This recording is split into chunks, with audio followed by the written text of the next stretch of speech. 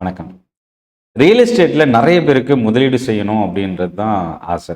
ஏன்னா, அதில பிரச்சனை என்ன அப்படின்னா, 50,00,000 1,00,00,000 legal documentation, maintenance, tenant problem, liquidity issue இதெல்லாமே பெரிய சிக்கலா இருக்கு. ஸோ, இப்போ இந்த பிரச்சனையில இப்போ செபி ஒரு புது அனௌன்ஸ்மென்ட் என்னன்னா, இந்த REIT real estate investment trust இத வந்து ஈக்விட்டி கேட்டகரிக்கு கீழ எடுத்துட்டு வந்தாங்க. இப்போ மியூச்சுவல் ஃபண்ட்ல real estate based mutual fund scheme முதல் முறையா இந்தியாவில் லான்ச் ஆக போகுது.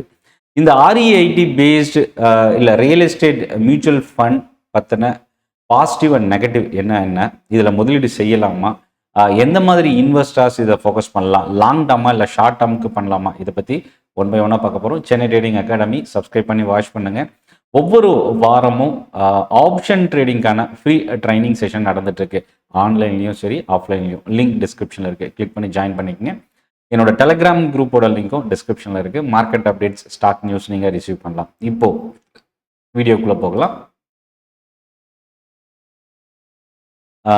இப்போ இந்த ஃபண்டை பற்றின முதல் விஷயம் என்ன அப்படின்னா, எடில்வைஸ் ஒரு AMC company Nifty REIT and realty index fund launch பண்ணியிருக்கிறாங்க. ஏன் இந்த REIT and realty index fund அப்படின்னா, REITயில் வந்து ரொம்ப லிமிட்டடான ஸ்கிரிப்ட் தான் ஸ்டாக் மார்க்கெட்டில் லிஸ்ட் ஆகி ட்ரேட் ஆகிட்டு இருக்கு. அதனால் இதுக்காக ஒரு ஸ்கீம் வந்து லான்ச் பண்ண முடியாது. அதனால தான் என்ன பண்ணுறாங்கன்னா REIT and realty index fund இது இந்த மியூச்சுவல் ஃபண்ட் மூலயமா நீங்கள் இன்வெஸ்ட் பண்ணுறீங்கன்னா எங்கே இன்வெஸ்ட் ஆகும் அப்படின்னா, listed REITs real estate investment trust listed stock மார்க்கெட்டில் லிஸ்ட் ஆகி ட்ரேட் ஆகிட்டு இருக்கிற ஸ்கிரிப்டில் இன்வெஸ்ட் ஆகும். அது மட்டும் இல்லாமல் ரியல்டி கம்பெனிஸில் இது இன்வெஸ்ட் ஆகும். இந்த REITனா என்ன? ரியல் எஸ்டேட் இன்வெஸ்ட்மெண்ட் ட்ரஸ்ட், அதாவது கமர்ஷியல் ப்ராப்பர்ட்டிஸில் முதலீடு செய்யக்கூடிய நிறுவனங்கள். உதாரணமாக பார்க்கணும்னா IT parks, office building, shopping malls, warehouses, business parks, இந்த மாதிரி ரெண்டல் இல்லை கன்ஸ்ட்ரக்ட் பண்ணி மேனேஜ் பண்ணக்கூடிய கம்பெனிஸ்ன்னு சொல்லலாம். கமர்ஷியல் ரெண்டல் இன்கமாக வரக்கூடிய கம்பெனிஸ் வந்து REIT என்ற கேட்டகரிக்கு கீழே வருது. அப்போது இது ஏன் முக்கியம், ஏன் இந்த ஸ்கீம் இந்த ஃபண்டு வந்து ஏன் இம்பார்ட்டன்ட்? ஃபிசிக்கல் ப்ராப்பர்ட்டி வாங்கினா அதில் நிறைய முதலீடு செய்யணும், லோன் வாங்கணும், இன்ட்ரெஸ்ட் பே பண்ணணும், லிக்விடிட்டி உடனே வாங்க முடியாது, உடனே செல் பண்ண முடியாது, ரெஜிஸ்ட்ரேஷன் காஸ்ட் இருக்குது, இதில் டெனன்ட் ரிஸ்க் இருக்குது. இதெல்லாமே மேஜர் இஷ்யூஸாக பார்க்கலாம். ஆனால் இந்த REIT and real estate realty index ஃபண்டை பொறுத்த வரைக்கும் நீங்கள் 500 ரூபா 1000 ரூபாயிலிருந்து ரியல் எஸ்டேட்டில் இன்வெஸ்ட் பண்ண முடியும். ஸோ இதுக்கு வந்து பார்த்திங்கன்னா நம்ம ரெஜிஸ்ட்ரேஷன் டாக்குமெண்ட்ஸ் அந்த மாதிரி பிரச்சனையும் இல்லை. இப்போ இந்த இண்டெக்ஸ் எப்படி ஃபங்க்ஷன் ஆகுது? இந்த இண்டெக்ஸ் வந்து பார்த்தீங்கன்னா லிஸ்டட் REIT அப்படின்றது அதோட லிஸ்ட் வந்து ரொம்ப குறைவு. கிட்டத்தட்ட ஒரு 3 ஸ்கிரிப்ட் தான் இப்போ ட்ரேட் ஆகிட்டு இருக்கு. அதே மாதிரி ரியல் எஸ்டேட் கம்பெனிஸும் மார்க்கெட்டில் ட்ரேட் ஆகிட்டு இருக்கு. அப்போ என்னன்னா REITக்கு வந்து பார்த்தீங்கன்னா நியர்லி 60%க்கு மேலேயும் வெயிட்டேஜ் இருக்கும். ரிமைனிங் வேல்யூக்கு வந்து பார்த்தீங்கன்னா ரியல்டி கம்பெனிஸில் இன்வெஸ்ட் ஆகும். இது வந்து ஸ்டெப் பை ஸ்டெப்பாக அப் டு 100% வரைக்கும் REIT இண்டெக்ஸில் இன்வெஸ்ட்மெண்ட்டாக மாறுறதுக்கு வாய்ப்பு இருக்குது. இதுதான் ஒரு இம்பார்ட்டண்ட்டாக பார்க்கலாம்.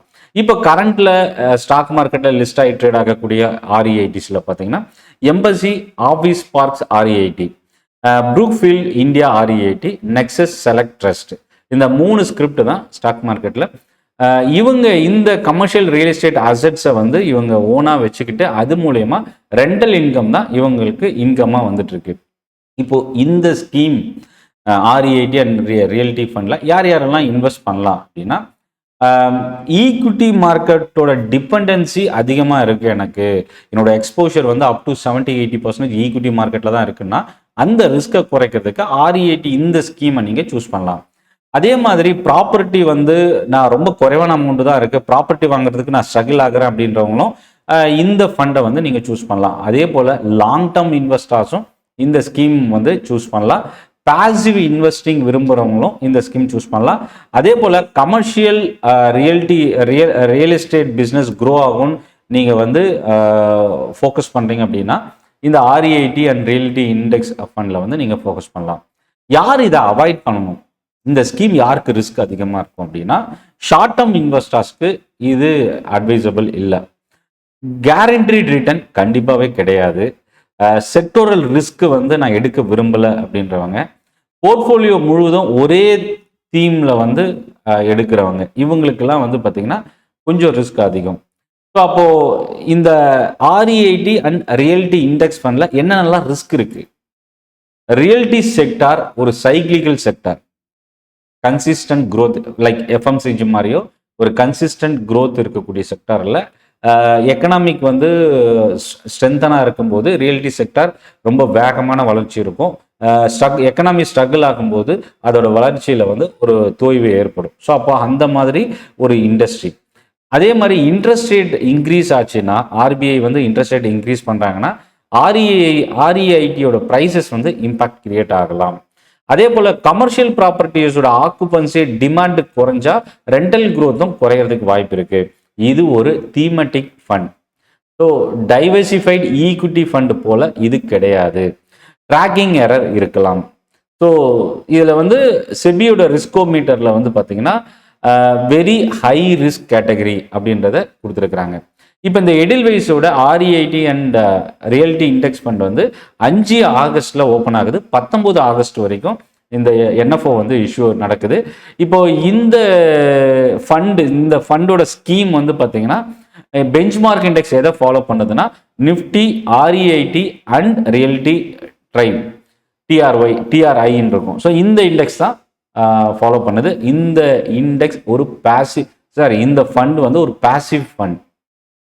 சொந்தமாக ஆக்டிவாக ஃபண்ட் மேனேஜர் ஸ்டாக்கை ஆட் பண்ணுறது, ரிமூவ் பண்ணுறது அதெல்லாம் பண்ண முடியாது. இந்த இண்டெக்ஸ்க்குள்ளே என்னென்ன ஸ்டாக்ஸ் இருக்கோ அது ஒரு பாசிவான இன்கம் ஸ்கீமாக இருக்கும். ஸோ இப்போது மியூச்சுவல் ஃபண்டுக்கு இப்போ நியூவாக வரக்கூடிய இந்த அசட் கிளாஸ் வந்து செபியோட முன்னெடுப்பு மூலயமா இப்போ ஒரு AMC ஸ்டார்ட் பண்ணியிருக்கிறாங்க. முக்கியமாக இந்த வீடியோவில் நான் எடில்வைஸ் என்ற இந்த NFOவை ப்ரொமோட் பண்ணல. முதல் முறையாக ஒரு REIT and realty index fund வந்திருக்கு. இதை பற்றின டீட்டெயில் தான் நான் உங்களுக்கு ஷேர் பண்ணுறேன். அதனால் இது வந்து ஒரு ப்ரொமோஷனல் வீடியோவோ இல்லை ஒரு ரெக்கமெண்டேஷனோ நீங்கள் நினைக்காதீங்க. கண்டிப்பாக மியூச்சுவல் ஃபண்ட் ரிஸ்க் அதிகம். அந்த ரிஸ்க்கை நீங்கள் உங்கள் மியூச்சுவல் ஃபண்ட் டிஸ்ட்ரிபியூட்டர் மூலமா தெரிஞ்சுக்கிட்டு நீங்கள் பண்ணுறது தான் நல்லது. ஸோ இப்போ போர்ட்ஃபோலியோ பொறுத்த வரைக்கும் ஒரு டைவர்சிஃபைட் போர்ட்ஃபோலியோன்றவங்களுக்கு வந்து மேபி இந்த கேட்டகரி புதுசாக இப்போ வந்திருக்கிறதுனால இது வந்து உங்களுக்கு அடிஷ்னல் டைவர்சிஃபிகேஷனுக்கு நீங்கள் இதை யூஸ் பண்ணலாம். ஸோ மேபி இந்த வீடியோ பற்றின உங்களோட ஃபீட்பேக் கமெண்ட்டில் போஸ்ட் பண்ணுங்கள். இந்த ஃபண்டை பற்றி, இந்த மியூச்சுவல் ஃபண்ட் ஸ்கீமை பற்றி மேலும் தெரிஞ்சுக்கணும் அப்படின்னா என்னோட வாட்ஸ்அப் நம்பர் டிஸ்கிரிப்ஷனில் இருக்குது, நீங்கள் யூஸ் பண்ணிக்கலாம். டெலகிராம் குரூப்போட லிங்க் டிஸ்கிரிப்ஷனில் இருக்குது. மார்க்கெட் அப்டேட்ஸ், ஸ்டாக் நியூஸ் இதெல்லாமே நீங்கள் ரிசீவ் பண்ணலாம். நன்றி, வணக்கம்.